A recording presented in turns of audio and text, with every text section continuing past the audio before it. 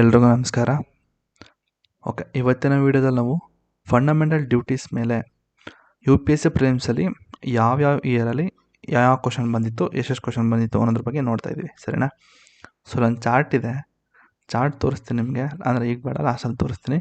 ಸದ್ಯಕ್ಕೆ ಈಗ ಕ್ವಶನ್ಸನ್ನು ಸಾಲ್ವ್ ಮಾಡೋಣ. ಒಂದು ಪೆನ್, ಒಂದು ಶೀಟ್ ಎತ್ಕೊಂಡು ರೆಡಿ ಆಗಿದ್ದೀರಾ? ಓಕೆ. ಆರ್ಟಿಕಲ್ 51A ನೀವು ಓದಿರ್ತೀರ ಅನ್ಕೋತೀನಿ. ಆರ್ಟಿಕಲ್ 51A ಬಗ್ಗೆ ಸೊ ಬನ್ನಿ, ಓಕೆ, ಕ್ಲಾಸ್ನ ಶುರು ಮಾಡೋಣ.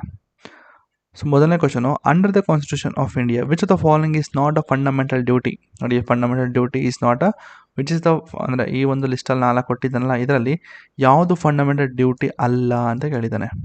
ಆಯಿತಾ? ಸೊ ಈಗ ನೀವೇನು ಮಾಡಬೇಕು ಅಂತಂದರೆ, ನಿಮ್ಮ ಒಂದು ಲಕ್ಷ್ಮೀಕಾಂತ್ ಬುಕ್ನ ಓದಿಲ್ಲ ಅಂತಾರೆ, ದಯವಿಟ್ಟು ಲಕ್ಷ್ಮೀಕಾಂತ್ ಬುಕ್ನ ಓಪನ್ ಮಾಡಿ. ಸೊ ಅಲ್ಲಿದೆ. ಸೊ ಈಗ ನೋಡ್ಬೋದು ನೀವು, ಇಲ್ಲಿ ಒಂದಷ್ಟು ಲಿಸ್ಟ್ ಆಫ್ ಫಂಡಮೆಂಟಲ್ ಡ್ಯೂಟೀಸ್ ಇದೆ.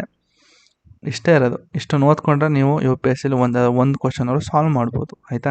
ಸೊ ಆರ್ಟಿಕಲ್ 51A ಯಾವುದಿದೆ, ಆಯಿತಾ? ನಿಮ್ಮ to abide the constitution, respect the ideals of national institution, national flag, national anthem, ಅದು ಇದು ಎಲ್ಲ ಇದೆ. ಬಟ್ ನಾನು ಇದನ್ನೆಲ್ಲ ಹೇಳ್ತಾ ಕೂತ್ಕೊಳ್ಳಲ್ಲ, ಡೈರೆಕ್ಟಾಗಿ ಆನ್ಸರ್ ಹೇಳ್ತೀನಿ.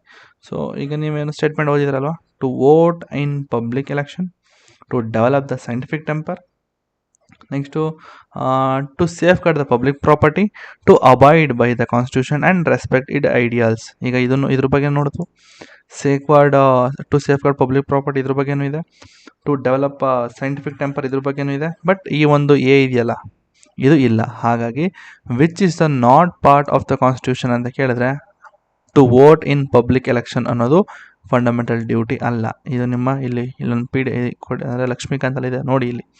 ಸೊ ಇಲ್ಲೆಲ್ಲೂ ಕೂಡ ನಿಮ್ಮ ಇದ್ರ ಬಗ್ಗೆ, ಅಂದರೆ ವೋಟ್ ಮಾಡಬೇಕು ಅನ್ನೋದ್ರ ಬಗ್ಗೆ ಎಲ್ಲೂ ಕೂಡ ಫಂಡಮೆಂಟಲ್ ಡ್ಯೂಟೀಸಲ್ಲಿ ಇಲ್ಲ.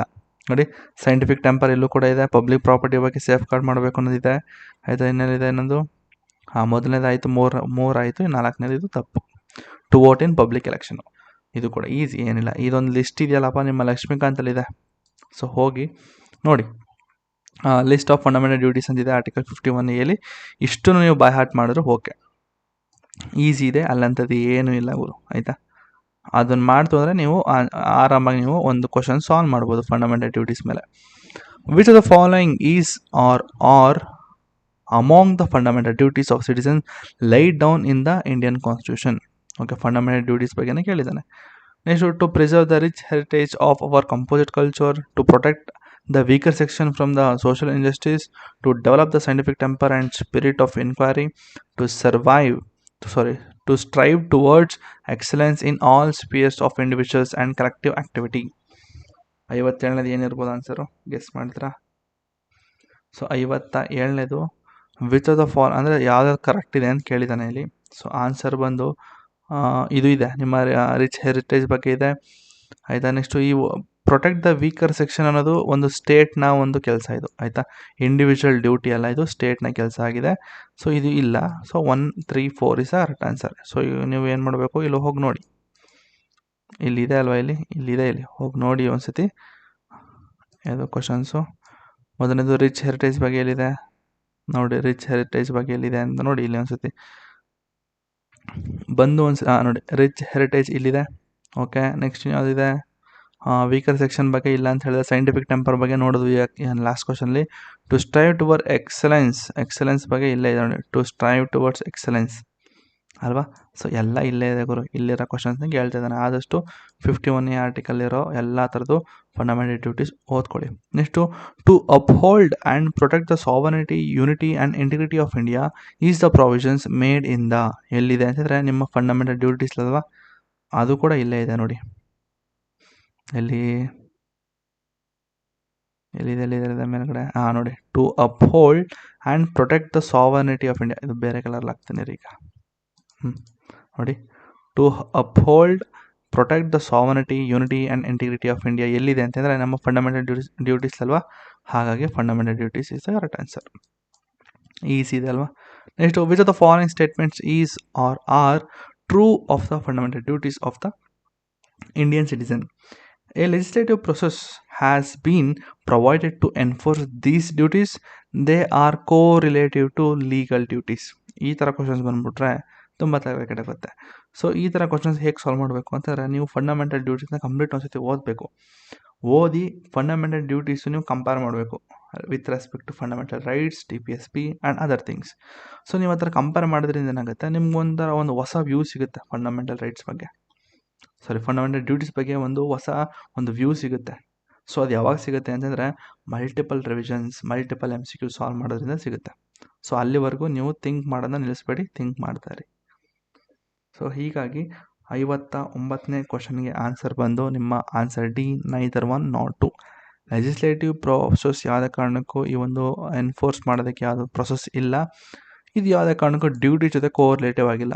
ಬಟ್ DPSP ಏನಿದೆ, ಫಂಡಮೆಂಟಲ್ ರೈಟ್ಸ್ ಬಂದ DPSP ಏನಿದೆ, they are correlative. DPSP are correlative to rights ಅಂತ ಏನಿದೆ, ಅಥವಾ rights are correlative to DPSP ಅಂತಿದೆಯಾ, ಯಾವ್ದು ಹೇಳಿ,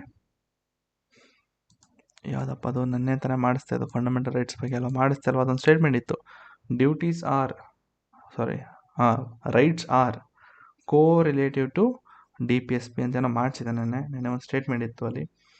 ಫಂಡಮೆಂಟಲ್ ಡ್ಯೂಟೀಸ್ ಆರ್ ಇದು ಒಟ್ನಲ್ಲಿ ಇದು fundamental duties are not correlative to any fundamental rights, ಸರಿನಾ. ಫಂಡಮೆಂಟಲ್ ರೈಟ್ಸ್ ಆಗಿರ್ಬೋದು, ಫಂಡಮೆಂಟಲ್ ಡ್ಯೂಟೀಸ್ ಆಗಿರ್ಬೋದು, ಇದಕ್ಕೂ ಡ್ಯೂಟೀಸ್ಗೂ ಮತ್ತು ರೈಟ್ಸ್ಗೆ ಯಾವುದೇ ಕಾರಣಕ್ಕೂ ಕೋರಿಲೇಟಿವ್ ಅಂತ ಹೇಳೋದಕ್ಕೆ ಆಗೋದಿಲ್ಲ, ಆಯಿತಾ. ಓಕೆ, ಅಕಸ್ಮಾತು ಇದೇನಾದರೂ ವೈಲೇಟ್ ಆಯಿತು ಅಂದರೆ ನಿಮ್ಮ ಗವರ್ನಮೆಂಟ್ ನಿಮಗೆ ಪೆನಾಲ್ಟಿ ಅಂತಂದರೆ ಇದಾಗುತ್ತೆ, ಪೆನಾಲ್ಟಿ ಆಗುತ್ತೆ ಅಕಸ್ಮಾತ್ ಇದನ್ನು ನೀವು ಫಾಲೋ ಮಾಡಲಿಲ್ಲ ಅಂತಂದರೆ, ಆಯಿತಾ. ಅಷ್ಟೇ, ಅದ್ರ ಬಗ್ಗೆ ಏನಿಲ್ಲ ಗುರು. 59 ಕ್ವಶನ್ನು.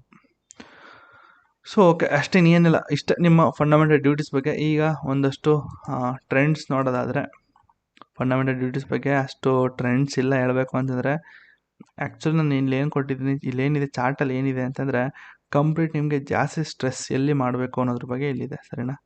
ಹಾಗಾಗಿ ಈ ಫಂಡಮೆಂಟಲ್ ಡ್ಯೂಟೀಸ್ ಬಗ್ಗೆ ಅಷ್ಟು ನೋಡಿ, 2011ರಲ್ಲಿ ಕೇಳಿದ, 12ರಲ್ಲಿ ಕೇಳಿದ, ಮತ್ತು 15, 17 ಲಾಸ್ಟ್ ಒಂದು 5-6 ವರ್ಷದಿಂದ ಇದ್ರ ಬಗ್ಗೆ ಕೇಳ್ತಾನೆ ಇಲ್ಲ ಕ್ವಶನು. ಹಾಗಾಗಿ ತುಂಬ ಜನ ಇದನ್ನು ಓದೋದು ನಿಲ್ಲಿಸ್ಬಿಟ್ಟಿದ್ದಾರೆ. ನೀವು ಹಂಗಂತಲ್ಲ ನಿಲ್ಲಿಸ್ಬೇಡಿ, ಎಲ್ಲನೂ ಕವರ್ ಮಾಡಿ ಅಂತ ಹೇಳ್ತಾ, ನೆಕ್ಸ್ಟ್ ವೀಡಿಯೋದ ನಾನು ಈಗ ಕಾನ್ಸ್ಟಿಟ್ಯೂಷನಲ್ ಅಮೆಂಡ್ಮೆಂಟ್ಸ್ ಮಾಡಲ್ಲ. ಅಮೆಂಡ್ಮೆಂಟ್ ಪ್ರೊಸೀಜರು ಈಸಿ ಇದೆ, ಸೊ ಈಸಿ ಇದೆ ಅಲ್ಲ ಅಂತದ್ದು ಏನಿಲ್ಲ. ಓಕೆ, ನೆಕ್ಸ್ಟ್ ಕ್ಲಾಸಲ್ಲಿ ನಾನು ಅಮೆಂಡ್ಮೆಂಟ್ ಬಗ್ಗೆ ಹೇಳ್ತೀನಿ, ಅಮೆಂಡ್ಮೆಂಟ್ ಬಗ್ಗೆ ಮಾಡಿಸ್ತೀನಿ. 2022ರಿಂದ ಏನೋ ಇದೆ, 23ರಲ್ಲೂ ಕೇಳಿದ ಅನಿಸುತ್ತೆ, ಕೇಳಿದ್ನ ಅಮೆಂಡ್ಮೆಂಟ್ಸಲ್ಲಿ. ಸೊ ಕೇಳಿದ 2024 ಕೇಳಿದಾನೆ, 23ರಲ್ಲಿ ಕೇಳಿಲ್ಲ. 24ರಲ್ಲಿ ಕ್ವಶನ್ ನಂಬರ್ 66ರಲ್ಲಿದೆ. Question number 66 article 368. Next question number 72ಅಲ್ಲಿ 71st ಅಮೆಂಡ್ಮೆಂಟ್ ಆ್ಯಕ್ಟು ಮತ್ತು ಏಜ್ ಶೆಡ್ಯೂಲ್ ಬಗ್ಗೆ ಕೇಳಿದ್ದಾನೆ.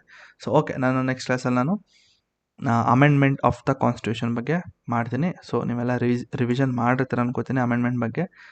ನೆಕ್ಸ್ಟ್ ಕ್ಲಾಸಲ್ಲಿ ಸಿಗೋಣ ಅಂತ ಹೇಳ್ತಾ ಈ ವಿಡಿಯೋನ ಇಲ್ಲಿಗೆ ನಿಲ್ಲಿಸ್ತಾ ಇದ್ದೀನಿ. Thank you. ಸಬ್ಸ್ಕ್ರೈಬ್ ಮಾಡೋದು ಮರಿಬೇಡಿ ಕಣ್ರಪ್ಪ, ಮಾಡ್ಕೊಳ್ಳಿ. Okay, thank you.